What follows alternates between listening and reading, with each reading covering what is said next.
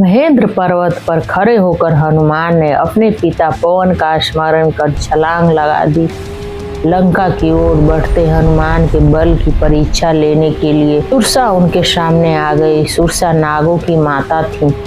हनुमान ने उससे मार्ग देने की प्रार्थना की। वह मुंह खोलकर हनुमान की ओर बढ़ी। हनुमान अपना शरीर बड़ा करते गए। जैसे जैसे सुरसा मुंह बड़ा करती जाती वैसे वैसे हनुमान अपना शरीर बढ़ाते जाते। अचानक हनुमान ने अपना शरीर बहुत छोटा कर लिया। वह तेजी से सुरसा के मुंह में घुसकर बाहर आ गए। उन्होंने सुरसा से कहा, मैं आपके मुख से बाहर आ गया हूँ, अब मेरा मार्ग छोड़ दें। सुरसा ने हनुमान को कार्य सिद्धि का आशीर्वाद दिया। हनुमान आगे बढ़े। समुद्र में शिहिका नाम की राक्षसी रहती थी। वह उड़ते हुए पक्षियों की जाल में पड़ने वाली परछाई पकड़ लेती थी। उसने हनुमान की परछाई को भी पकड़ लिया।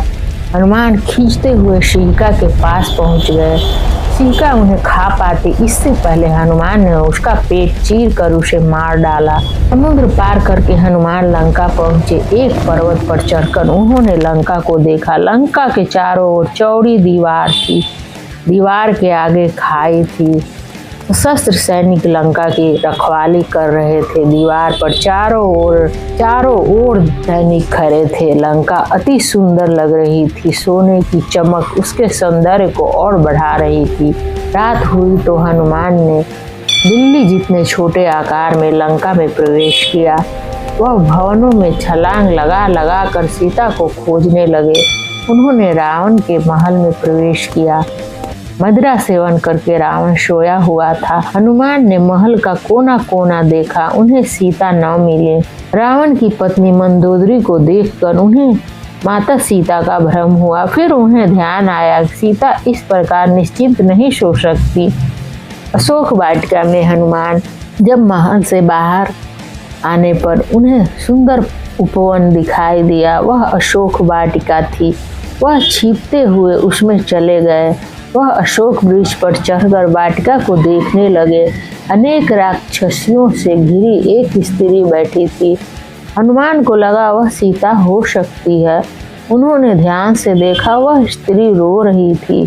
उन्होंने दूर से ही सीता को नमस्कार किया। सीता से बातचीत का उपाय सोचते सोचते वे पथ में छिपे बैठे रहे। भोर हो गई। रावण ने अशोक वाटिका में प्रवेश किया। उसने सीता को पटरानी बनने के प्रलोभन दिए। सीता पर कोई प्रभाव न होता देख रावण ने उन्हें धमकाया। सीता ने रावण को राम की शक्ति का परिचय दिया। उन्होंने कहा, तुम्हारे इस व्यवहार का पता यदि मेरे पति को लग गया तो वे लंका को तहस नहस कर देंगे। रावण क्रोधित हो गया। उसने सीता को धमकी देते हुए कहा, मैंने तुम्हें 1 वर्ष का समय दिया है, इसमें अब 2 माह शेष हैं। यदि तुमने मेरे प्रस्ताव को स्वीकार न किया तो मैं अपनी चंद्रहास तलवार द्वारा तुम्हारा सिर काट दूंगा। क्रोध में पैर पटकता रावण चला गया।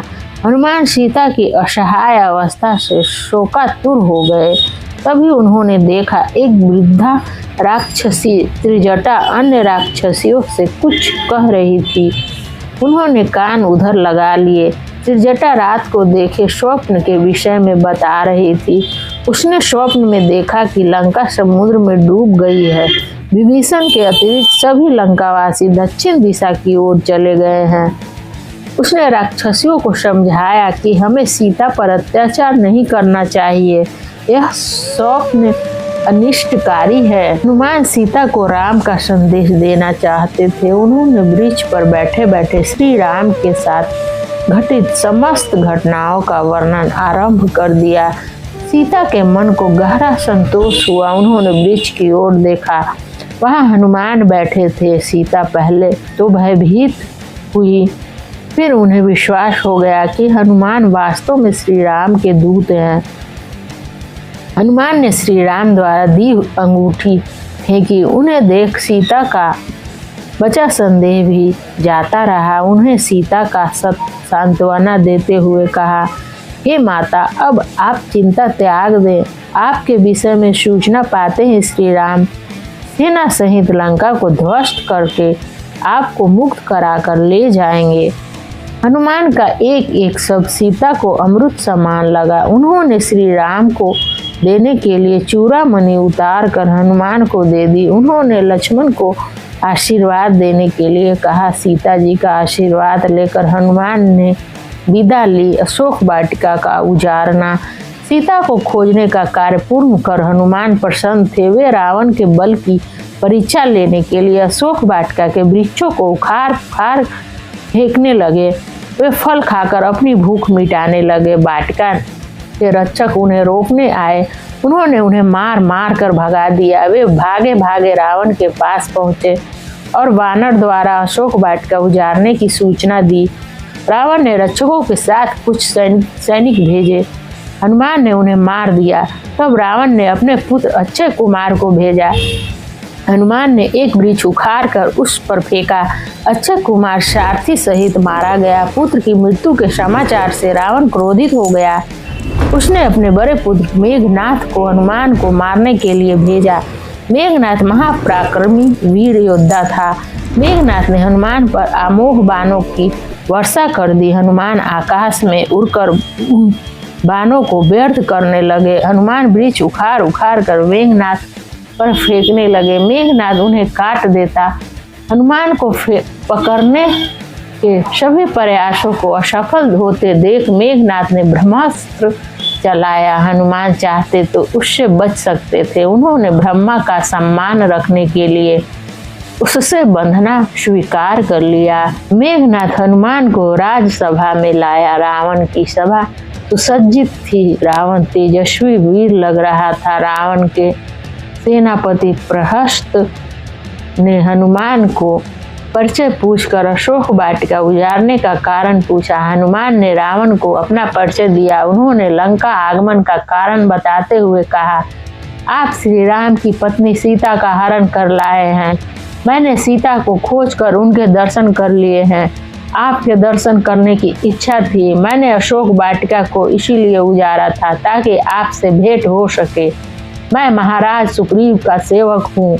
उन्होंने कहा है कि आप सीता को लौटा दें। राम की शक्ति से आप परिचित ही हैं। उन्होंने अकेले खर और दूषण के साथ उनकी सेना को भी मार दिया था। हनुमान की बातों से रावण आग बबूला हो गया। उसने हनुमान को तत्काल मारने का आदेश दिया। रावण के छोटे भाई विभीषण ने रावण को समझाया कि हनुमान तो दूत है, दूत का वध करना अनुचित है, इसे छोड़ दें। यह अपने स्वामी से आपकी शक्ति और वैभव का उल्लेख करेगा तो वे स्वयं ही डर जाएंगे। रावण ने विभीषण की बात मान ली। उसने सेवकों को आदेश दिया कि हनुमान की पूंछ में पकड़ के लपेटकर उसे तेल में डुबाकर आग लगा दो। फिर उसे पूरे नगर में घुमाओ। जब इसकी पूंछ जल जाए तो इसे छोड़ दो। जब यह बिना पूंछ के लौटेगा तब इसके स्वामी को मेरे बल का अनुमान हो जाएगा। लंका दहन। राक्षसों ने हनुमान की पूंछ में कपड़े बांधे उन्हें दिया जाने लगा। उनके पीछे स्त्री पुरुषों और बच्चों का मेला लग गया। हनुमान आगे आगे और सभी पीछे पीछे। कोई उन पर कंकर फेंकता, कोई पत्थर, कोई तालियां बजाता तो कोई आवाजें कसता। पूरे नगर में घुमाने के पश्चात उनकी पूंछ में आग लगा दी गई। आग लगते ही उन्होंने अपने शरीर का आकार छोटा छोटा कर लिया और राक्षसों के हाथों से छूट गए। उन्होंने सबसे पहले नगर द्वार को आग लगाई। फिर एक भवन से दूसरे भवन पर छलांग लगाते हुए सब में आग लगाने लगे। देखते देखते लंका में कोहराम मच गया। चारों ओर आग की लपटें उठने लगी।